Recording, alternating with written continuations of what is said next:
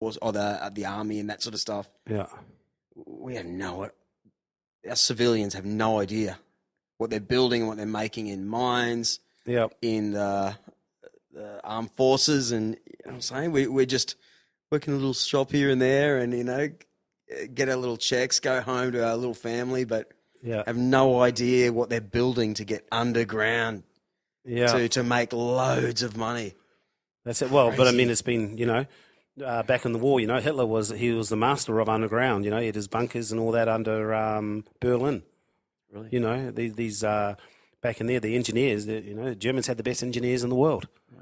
Right. Just amazing. Like, they knew all about that way back then, Yeah. making these massive, big concrete walls, to stop the B-2 bombers and all the Lancaster bombers from bombing Germany, So this is not old stuff, but still it's very primitive underground. Is it? Yeah. Okay. Please explain it because I don't know. Is it just dirt? Like, are they boring and? Yeah. Well, they've got like a big thing on a drill, and they call it a jumbo, So it drills in, and then they explode, and then they break down all the ore, and then they get a loader to come in, which they call a bogger, and then that comes up and puts it onto a dump truck. But the mine that I was working at, there's only one of a few, and it's actually called block cave mining, which they don't have that. So what they do, they make their what do you call it? Their drill points. They explode from the top, and then all the rubble falls down, and then it's like basically a bird feeder where Right. you pour seed in, and then you come and get it out. But they're blowing up the ore, dropping it down, and then they're getting it out on a conveyor on a bogger. It goes to a crusher, and then it goes out on a conveyor belt. But the other one's in Kalgoorlie. I worked in Kalgoorlie for 6 months as well, and experienced the mining boom there for a little bit. But and they do it very similar, but it spirals down. As for this other mine, pretty much once went straight down, and then they get it out on a truck, which I operated as well. Crazy. Yeah, but I wouldn't say it's good. They say mining really psychologically messes you up after a while. It's just you're not in the right rhythm. The night shift, sleeping during the day. Your family time. I mean, I've done it, so I know, but I wouldn't do it again. That's why I've left now after being there, and it was great. It was a great experience, enough to set me up. Yeah. To be where I am now, and now I'm on my next journey. But yeah, definitely it was Right. yeah, it was awesome to understand, and you learn a lot, life skills as well. Yeah. Did you when you finally gave it up and you landed back here? How long ago was that? How long? It was probably about. I've probably been back here about 6 months. Oh, geez, that's nothing. Okay. Yeah. Wow. Good. Okay. So bang, you're into fourth gear. Yeah. Well, now it's another outlook on life. What am I going to do? Like entertaining. That sort of. I can still do it, but I don't want to make it. I mean, you need something that's got a bit more, substance to life. Like it's 1 week you might get a couple of gigs. That's great. Next week you get nothing. How can you survive off that? Right. Yeah. And even when you get a good gig, it's like this cover band, which is just a great second job. Yep. No gig is good enough. Yes, we finally got to the Cooley Hotel. Yeah. But it only takes one more gig, and then you're like, oh, why is that other dude getting a gig at the casino? So yeah, well, once you get to the casino, nothing's good enough. Nothing's good enough unless you get an international act, which I'm working on now anyway, and then having a crack in the overseas market. Yeah. So I know someone who's making a bit of money in Dubai. You've been there? Yep. I haven't. Yeah, I have been in Dubai actually. Right. But I learned how to snow ski in Dubai. I did a clown show. Wow. And magic show and Elvis, believe it or not, in Dubai. Yeah. Yeah, true. Yeah, so I did 2 weeks there and went to the shopping centres and stuff like that. So, yeah. Is it a funny? I hear it's soulless. Oh, but I know a stripper. Yeah. Who's gone over there and she's very frightened, but she's doing all the crazy stuff she did on the Gold Coast there. So there's all these underground parties. It's a big party town. Yeah. But everything's totally illegal, technically. Yeah. But there's lots of these underground clubs and stuff. But she makes loads of money. Yeah, right. I never went to I wasn't really didn't visit any, to be honest. But yeah, I mean, I think it is the hottest place in the world. It's apart from up in Kununurra, it's just as hot, I reckon, up there as well. But it's just crazy hot, and obviously their belief systems as well. Their law and their religion they follow. So yeah. Yeah, I couldn't imagine myself relaxing. I definitely don't want to go there. Yeah. But I imagine that's where the money is. Used to be anyway, huh? Yeah. Because all the building and infrastructure went down quite a while ago, and they were saying that when the builders net fold up, that they just leave their cars, Ferraris, Lamborghinis, late model Mercedes-Benz with the keys in the ignition and go, because if you get caught and you're not there, you go to jail. So they just take off. It's true. They had a big thing on 60 Minutes about it all. So, yeah. So what are you going to do? Okay, so AJ the Entertainer. All right. Is that an old name? I didn't know you as AJ the Entertainer before. I looked you up on the internet and saw all this great video. It looked like you've been AJ the Entertainer for the last 20 years, like doing this solid. Yeah, I have been all pretty much all my life. That was my stage name for when I used to be a male stripper back in the day as well. Okay. So I've stuck with it, So that's just, you got to have something in the name of sort of a little difference, You can't be the same as everybody else. So yeah, that's what I've always done. I believe it's in my blood, and but it's also doing other things as well. Being real in the world and. Doing a normal job, doing a mining job, but I always go back to entertainment. So, what about a little club? Not nothing to do with the adult stuff. Like a club, a cafe, club that I can go to, knowing that I'm going to get everything that from your world. Yeah, I mean, it sort of interests me, but I mean, I wouldn't mind maybe. I'm doing a comedy. I do singing comedy impressionist, where I do different artists and take them off with their characteristics to their song. And I'm sort of tweaking that up a little bit, So it's very unique, and there is a market for it. So I wouldn't mind doing that a bit and seeing where that sort of takes me as well. So Brilliant. Well, I'm working in a shop, just like this little sign shop. Okay, loving it.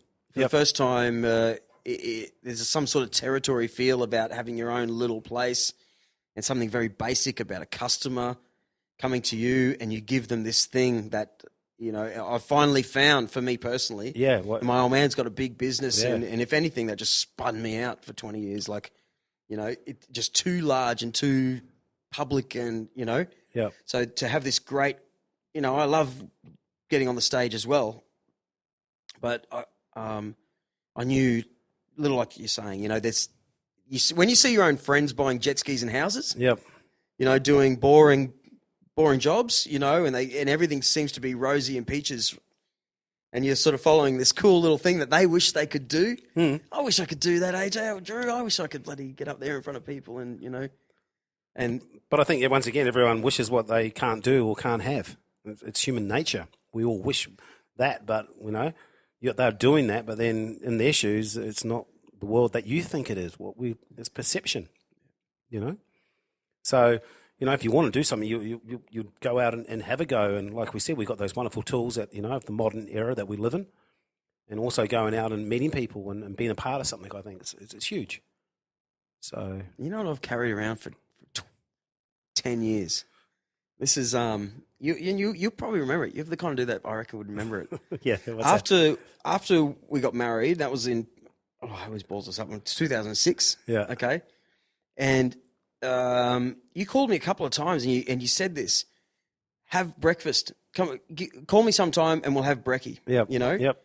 And I think I was painting swimming pools back then. I just started. I just started to race cars again. I actually smashed my face in only November of that year, 6 months later, which wrecked me for a long time. Okay. But I remember, out of all the people I knew, and you lit up our wedding, in a great way, and I was still painting swimming pools, and then I ended up going to Brisbane every single day to get this race car happening.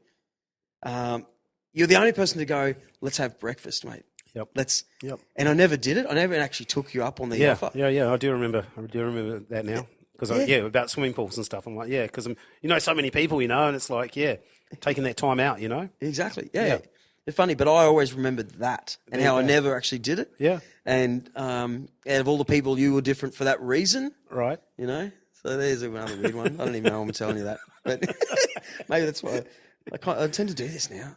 Yeah. Must be on this show and say, mate, I need to. Well, let's stop bringing that up. Hey, I'm 1 year older than you, man. So. I was born in 72.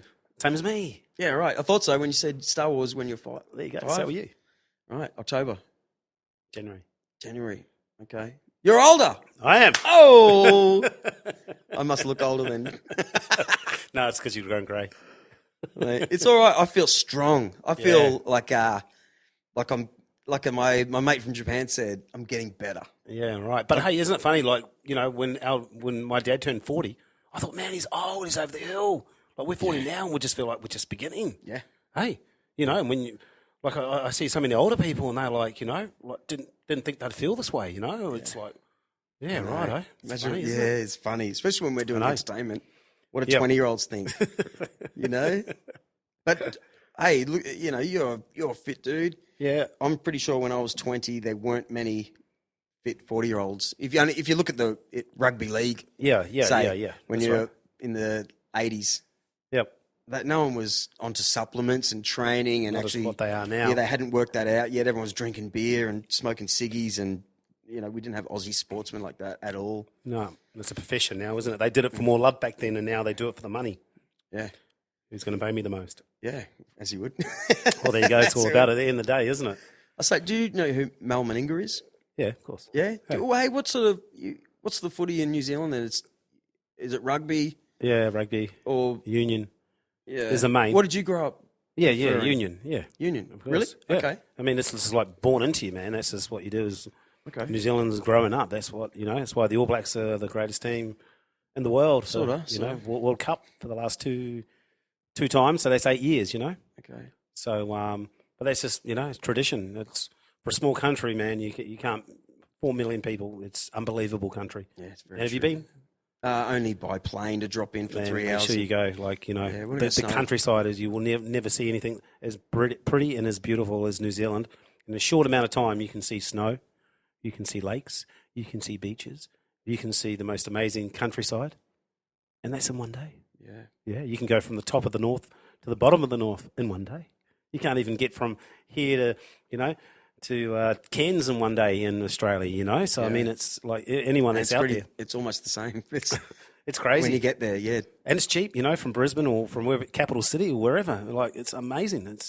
Yeah. I love it. We want to go in the snow. I I went to the snow not long ago. I Did was ya? over there. Saw my sister. Went there for about 7 weeks after I decided what I want to do with my life again. And I went over there, and first time I've actually really been to the snow myself at Whakapapa. What? Whakapapa. Really? That's the name of the ski field. Whakapapa. Yeah. How come no one is taking the piss out of that name? Like, there you have. You just haven't heard it before, have you? Wow. There you go. So, yeah, but I mean, you can go up and, go for the day and go up and down a gondolier and play in the snow, make snowcar, Yep. snowman. Yeah. And you can do that for free, like unless you want to actually go skiing. But I mean, where else? It's just so much raw New Zealand. Go to Rotorua, you can go to free hot pools. Once again, get up Google, type in, where to go. And I can tell you, it's amazing, mate. Like sitting there, like you can have a beer, no restrictions, obviously, as long as you're not stupid, and enjoy being with, like, native trees and being in hot water and natural mud pools. How good is that? Yeah, it is beautiful. Unbelievable, Hey, when there's a lot of talk now because Australia's so expensive of Kiwis moving back or trying to move back. They are going back, hey. apparently. Would you? Yeah, they are, right, bro? Yeah. Well, it's so expensive, mate. We go to Japan every year. Yeah. And it's so cheap. Yeah, sure. It's so cheap. You can. I think a lot of people are going back. The mining boom, a lot came over for that and found out that it wasn't as good as what they thought after it's all over. And apparently, yeah, a lot are going back over. Yeah, there's no place like home. Yeah. Everyone gets that home feeling. But is it that? Have you been here in Australia too long to think that way? Yeah, I don't know. I mean, my kids are brought up here and I've got a lot of good friends. I've been here for 30 years, so it's been a long time. Right. Yeah, so Why hard do you to have say. Why do you still have that ridiculous accent? Because I've got a lot of friends that are Kiwis. Damn it. Mate, put it there. Yeah, good on you, Drew. Put it there. Yeah, man. Well, I wish you more than the best. All right? You need to know that, Yeah. I've been married 15 years. This is not supposed to be about me talking about this. But like this cover band I'm in, we do a lot of weddings. Sure. And you've been married? No. You haven't? No. Oh, I've geez. had serious relationships, but never married. Okay, I've well- done all the businesses and kids and, you know, all the other stuff. But I'm never engaged a couple of times, but never married. So Maybe you that's should do something. that. Yeah, maybe. Yeah, right. Yeah. So I would like to do it, obviously, before I'm older. Right. Well, look, if I'm in a successful marriage, 15 years.